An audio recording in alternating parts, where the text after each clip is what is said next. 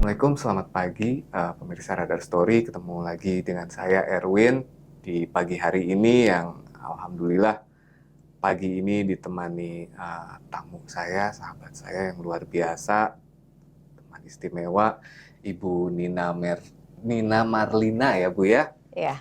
Oke, Ibu Nina Marlina ini dikenal sebagai family therapist dengan metode hipnoterapis ya Bu ya? Hipnoterapi klinis, betul. Ya. Oke. Bu Nina, mungkin pemirsa kita masih ada beberapa yang awam tentang hipnoterapis ini. Boleh dijelasin sedikit Bu, hipnoterapis ini tuh apa sih?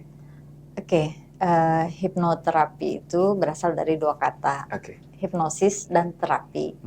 Hipnosis itu suatu kondisi di mana kesadaran yang bercirikan pikiran sadarnya rileks. Faktor kritis pikiran sadarnya itu menurun, disertai dengan fokus dan kesadaran yang meningkat, sehingga orang tersebut ya menjadi lebih responsif terhadap pesan atau informasi yang diberikan kepada pikiran bawah sadarnya.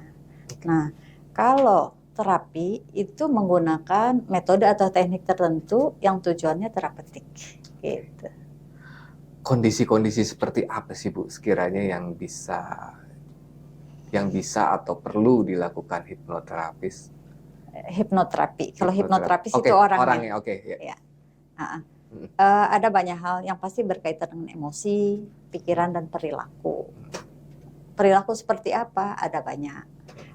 Orang yang kecanduan, perilakunya kan melakukan hal yang sama, ya. Umumnya kita sebenarnya sehari-hari melakukan yang serba otomatis, tapi kalau untuk kayak pecandu, ini yang lagi banyak saat ini. Orang yang kecanduan game online dan judi online. Bukan sekedar gadget loh.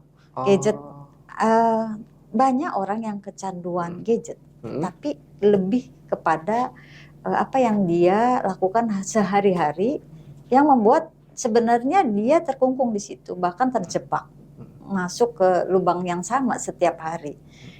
Saya baru-baru ini menangani klien mahasiswa yang kecanduan judi online. Selain judi online, merembet ke pinjaman online. Udah sepaket Bu biasanya Bu? Iya, karena ada rasa ketagihan ingin, karena dia pernah menang. Ya, di awal seperti itu. Ada satu sistem yang membuat dia penasaran, coba lagi, karena apa? Di situ ada si yang seneng ketika dia dapat, kemudian ada rasa tertantang. Kan otak itu gitu, senang dengan tantangan, apalagi remaja. Kebanyakan yang kena kasus ini laki-laki. Laki-laki yang judi online ini Bu? Iya. Mungkin dari pemberitaan juga akhir-akhir ini ada juga yang sampai bunuh diri karena dia udah terjerat banyak utang. Iya, karena kaitannya ke kriminal yang lain Bu, setelah judi online ini kan ya, ke pinjaman online, kadang ke pencurian, kadang ke klepto, kadang ke apa. Kalau klepto sih biasanya enggak sih. Klepto di rumah biasanya Bu. Oh, di rumah.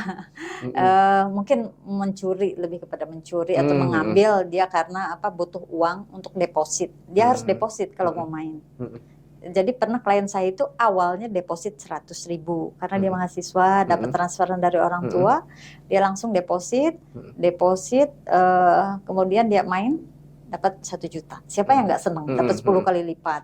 Tapi pikiran pikiran sadarnya tahu bahwa dia nggak mungkin kaya dari situ. Temennya pun udah ngingetin, udah ngasih tahu. Saya pernah tanya dia berapa nominal terbesar yang dia dapat. Ternyata bisa sampai dapat 25 juta. Tergantung depositnya berapa. Dari situ kan akhirnya seneng kan, dia bisa membeli sesuatu yang dia inginkan, ya tanpa harus cekcok sama orang tua. Kok bilang cekcok? Ya tidak setiap keinginan anak kan orang tua bisa memberi. Sekiranya itu perlu, penting, baru diberi. Tapi memang ada juga orang tua yang nggak paham kebutuhan anak gitu. Kebetulan mahasiswa ini dia kuliahnya berkaitan dengan teknologi informatika yang pasti kerjanya menggunakan perangkat komputer. Namun di luar jam kuliah dia main game online. Dari situ awalnya sih sebenarnya cuma lihat dari media sosial. Ada orang yang posting bahwa dia dapat duit banyak dari judi. Iklan gitu tuh sebenarnya ya. Saya kurang tahu. Mungkin juga iklan. Terus dia seneng gitu. Bukan seneng, penasaran. Masa sih gak percaya? Si penasaran itulah yang mendorong dia melakukan itu di awalnya. Nah, dalam proses terapi, si yang penasaran ini harus diajak ngobrol. Boleh dikasih tahu nggak sih Bu, terapinya seperti apa sih? Karena banyak pasti di lingkungan kita, mungkin si mahasiswa ini beruntung lah dia bisa menceritakan, tapi banyak yang masih terjebak di lingkaran judi itu Bu, sampai sekarang. Treatment seperti apa sih Bu yang harus diberikan kepada orang-orang seperti itu? Iya, sebenarnya yang mahasiswa klien saya itu datang karena dorongan dari ibunya. Sebenarnya anak itu punya kesadaran bahwa saya punya masalah besar gitu, yang tidak bisa saya atasi. Dia cerita sama ibunya, kemudian ya ibunya dalam kondisi nangis. Sebenarnya keluarnya juga sedang dalam kondisi yang kurang bagus ya, dalam arti gini, dalam berelasi ibu dengan anak komunikasinya kurang bagus sudah sejak lama, sehingga si anak ini kenapa lari ke situ. Nah, pada saat orang tuanya meminta saya untuk membantu anaknya, yang utama adalah anaknya mau nggak dibantu.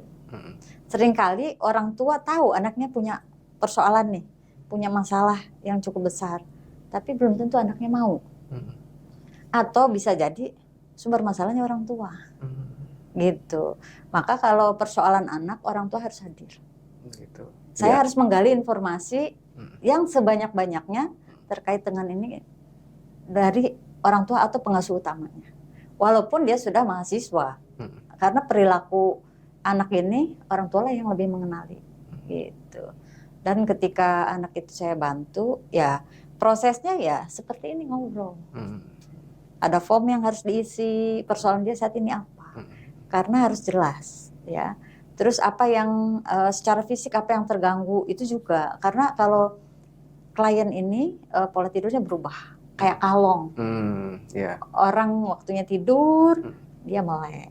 Biasanya jam pagi kita beraktivitas, dia baru tidur. Nanti asar baru bangun, baru sarapan katanya. Setelah proses terapi diberesin, ya, yang polanya itu diubah, programnya itu yang keliru tadi, karena dia candu, ya, dia pola tidurnya normal lagi. Jam 9 mulai ngantuk, jam 10 tidur, walaupun dia pengantarnya masih main game online. Walaupun udah nggak judi. Enggak. Jadi ibunya ngawasin gitu ya, ngawasin gimana. Karena selama dia ada di rumah, ibunya ngawasin, maksudnya ngeliat gitu. Jadi anaknya juga udah terbuka gitu. Karena dia merasa kalau aku nggak berubah, ya kehidupan seperti apa nantinya. Aku aja saat ini motornya sudah dijual, perangkat-perangkat yang dia punya pernah beli dari dapat dari judi itu juga udah habis. Ya, orang tua yang menanggung semua, harus bayarin utang. Sementara waktu itu dia lagi nyusun skripsi. Setelah persoalannya keluar, tuntas gitu ya, terbantu karena memang dia kooperatif, bisa diajak kerjasama menyelesaikan masalah dalam dirinya. Orang tuanya juga support, alhamdulillah skripsinya selesai, tinggal nunggu wisuda. Artinya kalau ada kesadaran, ya, orang tua dan anak mau kerjasama, si anak itu juga mau menolong dirinya, insya Allah bisa dibantu. Gitu. Itu banyak ya Bu ya kasus-kasus. Ya, saat ini banyak. Judi online, kecanduan. Cuman mungkin belum banyak yang mau mengakui bahwa dia terjebak di judi online ini. Mungkin ya. Atau masih menikmati dia di situ ya. Ada yang masih menikmati, ada yang merasa malu. Ada juga seorang istri yang curhat gitu. Saya nggak tahu ternyata suamiku melakukan hal itu gitu, judi online yang tadinya secara perekonomian udah mapan, akhirnya lama-lama merosot sampai sulit gitu. Istrinya dalam kondisi hamil, dia akhirnya sempat kabur gitu, karena nggak tahan dengan perilaku suaminya yang enggak lagi seperti awal-awal nikah gitu. Ada ciri khusus nggak sih Bu orang kalau sudah mulai kecanduan judi online gitu, mungkin kan ini bisa jadi pembelajaran juga untuk anggota keluarga kita, misalkan ada gejala-gejala spesifik tertentu yang wah nih kalau ada gejala begini berarti dia udah mulai main ke situ gitu. Itu ada nggak sih Bu gambaran umumnya gitu? Kalau yang saya tahu, yang saya temukan beberapa dari orang yang anggota keluarganya ada yang kecanduan judi online, biasanya dia lebih banyak mengurung diri, asik dengan perangkat, kemudian dia melakukan hal-hal yang sebenarnya berisiko untuk dirinya, lupa makan, lupa istirahat, terus jarang berinteraksi dengan anggota keluarga yang lain. Anggota keluarga biasanya. Kemudian kalau komunikasi ngomong itu sepotong-sepotong gitu. Ya singkat lah. Kadang lebih mudah tersinggung. Ada seperti itu. Kalau misalkan waktunya bangun dia sulit bangun. Itu tidurnya juga polanya yang berubah. Ya? Banyak yang berubah. Diajak ngomong tuh kadang agak sulit. Oh gitu. Jadi harus agak kontak mata dulu, jadi ketemu baru diajak ngomong.